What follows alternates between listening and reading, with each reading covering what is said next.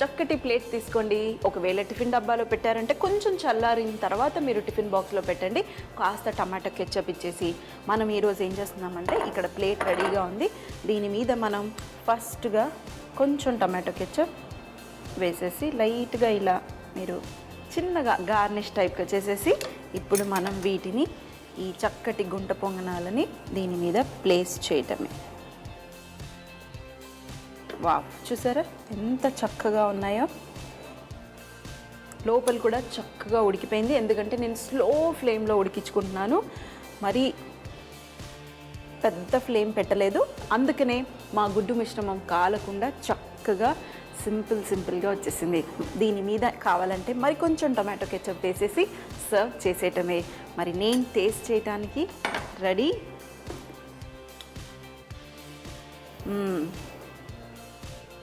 అద్భుతమైన ఫ్లేవర్, మరి హెల్దీ అయిన ఓట్స్తో చూడండి. మధ్యలో కూడా చక్కగా ఉడికిపోయింది, పచ్చిగా అస్సలు లేదు.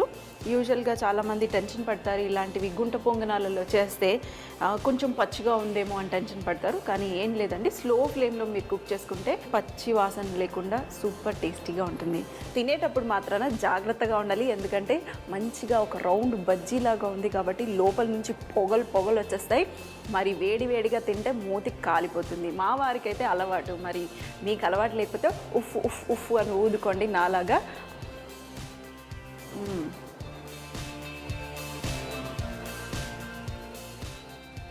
చాలా టేస్టీగా ఉంది. ఇట్లా నోట్లో వేసుకుంటే కరిగిపోయేలాగా ఉంది. గుడ్డు, ఓట్స్, అలాగే కొంచెం క్రంచీనెస్ మన ఉల్లిపాయలు, పచ్చిమిరపకాయల నుంచి ఒక చక్కటి ఫ్లేవర్ ఉందండి. చాలా చక్కగా ఉంది, చాలా సాఫ్ట్గా ఉంది. ముట్టుకుంటే విరిగిపోతాయేమో అన్నట్టు సాఫ్ట్గా ఉంది. కానీ చూసారు కదా, చక్కగా విరిగిపోకుండా ఎంత టేస్టీగా కనిపిస్తున్నాయో.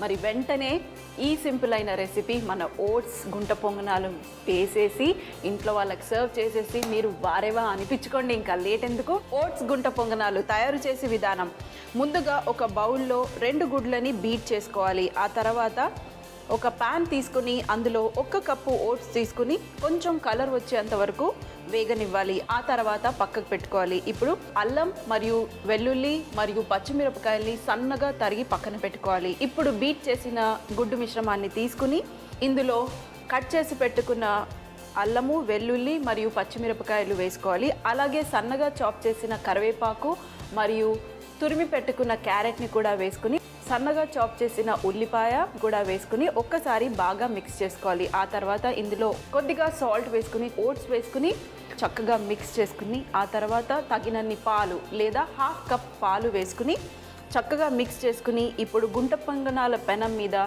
కొద్దిగా బటర్ వేసుకుని ఈ మిశ్రమాన్ని వేసుకుని స్లో ఫ్లేమ్లో 2 వైపులా మంచి రంగు వచ్చేంత వరకు కాల్చుకుని టమాటో కెచప్తో సర్వ్ చేస్తే చాలా బాగుంటుంది. మరొక్కసారి ఈ పిండిలో దొర్లిచ్చి ఇప్పుడు మనకిది చక్కగా పువ్వుల్లా కరకరలాడుతూ వస్తుంది. అయితే ఈ టెంపురా అనేది ఒట్టి బెండకాయ కాదు, మీరు ఎటువంటి కూరగాయలన్నా వేసి చేసుకోవచ్చు. అయితే వీటిని ఫ్రై అయిన వెంటనే చక్కగా లైట్గా బంగారు కలర్ రాగానే వాటిని తీసేసి మనం వేడిగా మంచి సాస్తో వడ్డించుకోవచ్చు. వీటిని చూడండి, ఇలా ఫ్రై అయిన తర్వాత ఇవి చక్కగా కరకరలాడుతూ వస్తాయి. ఈ పిండి ఇంకా కరకరలాడేలా రావడం కోసం కొంచెం ఈ పిండిలో నూనె కలుపుకున్నా బాగానే ఉంటుంది. ఇలా కలిపేసుకొని తర్వాత మరోసారి ఈ బెండకాయ ముక్కల్ని ఇందులో లైట్గా దొర్లిచ్చి తర్వాత మరోసారి ఇలా చేసి ఈ వేడి నూనెలో ఫ్రై చేసేసుకుందాం.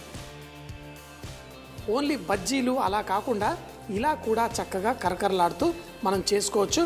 అయితే ఇందులో మనం కేవలం ఉప్పు, కొంచెం సోడా వేసుకున్నాము, కొంచెం పంచదార వేసాం. అయితే వీటిని టేస్టీగా ఉండడం కోసం రకరకాల సాసులతో సర్వ్ చేస్తూ ఉంటారు. మరి ఈరోజు కూడా మీకోసం నేను హనీ మన పెరుగు సాస్ ఎలా తయారు చేసుకోవాలో చూసి దాంతో అలా వడ్డించేసుకుందాం. సో బెండకాయలు ఒక్కసారి ఇలా పిండిలో దొర్లించి మరీ ఎక్కువ పిండి కాకుండా వీటిని ఇలా పుల్లల్లా విడిపోయే విధంగా కనుక చేసుకుంటే ఇంకా చాలా బాగుంటుంది. కొంచెం బంగారు రంగు వచ్చిన తర్వాత తీసి మనం ఒక ప్లేట్లో వేసుకుందాం.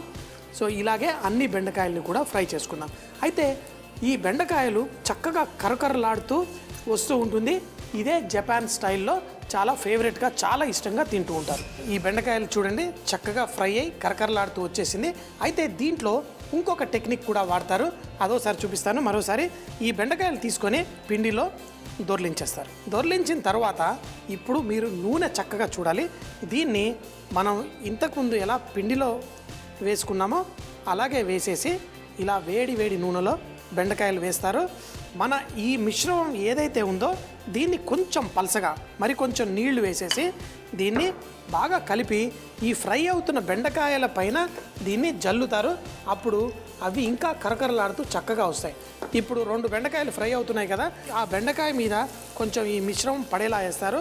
వేసినప్పుడు ఈ బెండకాయలకి అంటుకొని అది పువ్వుల్లా తయారవుతుంది. ఒకవైపు వేసాం కదా, మరోవైపు కూడా ఇలా స్లోగా దాని మీద వేస్తారు. ఆ వేడి వేడి నూనె వల్ల అది ఇంకా పువ్వుల్లా తయారై చక్కగా కోటింగ్ అవుతుంది. ఇలా చేయడం వల్ల బెండకాయలు మరింత క్రిస్పీగా వస్తాయి. బెండకాయ ఇంత కరకరలాడుతూ ఎంత బాగుందో. మరి జపాన్లో ఏంటి, మన ఇంట్లో కూడా మనం చక్కగా చేసుకోవచ్చు. కానీ దీనికోసం సాస్ తయారు చేస్తున్నాను. మరి పెరుగు, మన ఇళ్లల్లో కొంచెం చిక్కటి పెరుగు లేకపోతే ఆ పెరుగుని ఒక గుడ్డలో వేసేసుకుంటే మనకి ఇలా సార్ క్రీమ్లా తయారవుతుంది. కేవలం పెరిగే దాన్ని కొంచెం అంత గుడ్డలో పెట్టేసి దాంట్లో నీళ్లు తీసేస్తే మనకి చిక్కగా తయారవుతుంది. దీంట్లో మనం కొంచెం ఉల్లిపాయ ముక్క కట్ చేసుకొని వేసేసుకుందాం. అయితే ఉల్లిపాయ కంటే ఉల్లి పరకలు వేసుకుంటే ఇందులో ఇంకా టేస్టీగా ఉంటుంది. కొంచెం ఉల్లిపాయ, దీంట్లో కొంచెం అంత ఉప్పు, కొంచెం కారం, మరి అన్నిటికంటే ముఖ్యం దీంట్లో కొంచెం అంత తేనె. ఈ తేనె కూడా ఇందులో వేసుకుంటే ఈ బెండకాయలతోటి భలే కమ్మగా ఉంటుంది. మరి ఉప్పుగా తీయగా ఎంతో టేస్టీగా ఇది రెడీ అవుతుంది.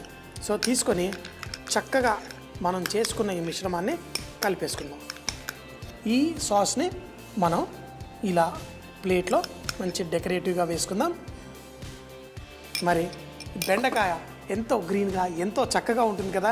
మరి ఈ బెండకాయలు కరకరలాడుతున్న దాన్ని ఇలా అరటాకు దాంట్లో మనం వడ్డిచ్చేసుకుందాం. చూడండి. అయితే దానిపైన మరి కొంచెం ఇలా జల్లినవి కూడా చూడండి ఎలా ఉందో. చూడ్డానికే ఇంత అందంగా ఉంది, మరి తింటుంటే ఎంత కమ్మగా ఉంటుంది. మనం చేసుకున్న ఆ తేనె సాసు ఈ పెరుగుతోటి అద్భుతంగా భలేగా ఉంటుంది. సో మరి ఇంకా ఆలస్యం ఎందుకు, టేస్ట్ చేసేద్దామా? ఇలా మామూలుగా కొరికితే కూడా కరకరలాడుతూ మీకు వినిపిస్తుందో లేదో కానీ మా చుట్టుపక్కల 5 కిలోమీటర్లు మాత్రం ఈ కరకరలాడుతూ వినిపిస్తుంది. దీన్ని చక్కగా మనం చేసుకున్న హనీ సాస్ తోటి తింటుంటే ఇంతకంటే టేస్టీ బెండకాయ నేను ఎప్పుడూ తినలేదు. బెండకాయని ఇంత టేస్టీ అంటానని కూడా అనుకోలేదు. మరి జపాన్లోనే కాదు మన ఇళ్లలో కూడా మనం చేసుకోవచ్చు. మనం చేసుకున్న దీన్ని కొంచెం అంత ఈ సాస్తో పాటు కరకరలాడిద్దామా? ఆహా, నిజంగా ఏదో పుణ్యం చేసుకున్నట్టే ఉంది. లేకపోతే ఇంత టేస్టీగా బెండకాయ అయిపోతుందా? బాగా ఒట్టు వేపుడే కాదు, ఇంటికి వస్తే బంగాళదుంప బజ్జీలు అందరూ చేసి పెడతారు. కానీ మన ఇంటికి వస్తే మాత్రం మనం ఇలా వెరైటీగా బెండకాయ పకోడీ చక్కగా కరకరలాడుతూ చేసి పెడితే ఇలా చేశారు, ఇంత బాగున్నాయి అంత బాగున్నాయని మనల్ని పొగిడేస్తూ ఉంటారు. సో నేర్చేసుకున్నాను కదా, తప్పకుండా మీ ఇంట్లో వాళ్ళకి చేసి పెట్టండి, వారేవా అనిపించుకోండి.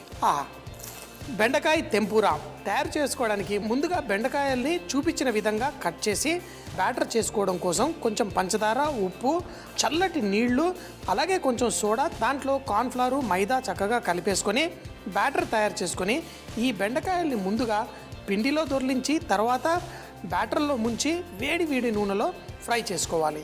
అవి చక్కగా కరకరలాడుతూ వస్తాయి.